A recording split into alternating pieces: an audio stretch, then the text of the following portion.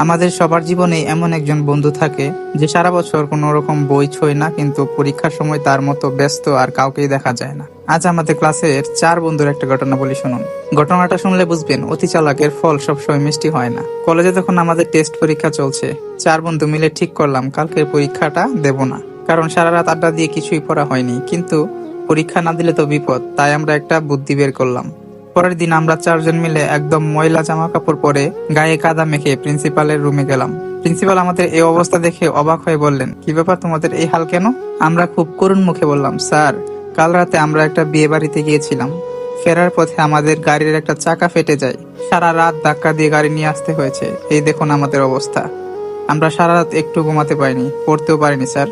দয়া করে আমাদের পরীক্ষাটা যদি কয়েকদিন পরে নিতেন। প্রিন্সিপাল সাহেব মানুষটা খুব ভালো ছিলেন, তাই উনি একটু চিন্তা করে বললেন, আচ্ছা ঠিক আছে, তোমাদের 3 দিন সময় দিলাম। 3 দিন পর তোমরা এই পরীক্ষাটা দিও।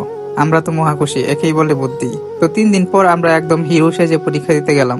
প্রিন্সিপাল বললেন, তোমরা 4 জন যেহেতু একসাথে বিপদে পড়েছিলে, তাই তোমাদের পরীক্ষাটা একটু স্পেশাল হবে। তোমরা 4 জন 4টা আলাদা রুমে বসবে। আমরা ভাবলাম কোনো ব্যাপার না। রুমে গিয়ে প্রশ্নপত্র হাতে পেতে আমাদের সবার চোখ কপালে উঠে গেল। প্রশ্নে মাত্র 2টি প্রশ্ন ছিল, আর 2টা প্রশ্নের পূর্ণমান ছিল 100 নম্বর। তো প্রথম প্রশ্নটা ছিল, আপনার নাম কি? এর মান 2 নম্বর।